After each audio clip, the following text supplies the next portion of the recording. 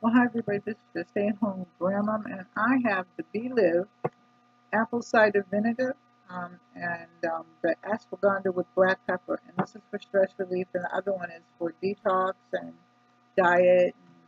And anyway, with the apple cider vinegar, it aids in weight support, um, aids with detoxification, and natural cleanser for original health. So overall health rather.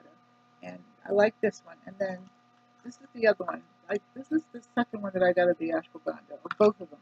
And the ashwagandha, okay, um, stress and anxiety relief, supports the immune system, and provides vitality. So these are the two, and I really like these.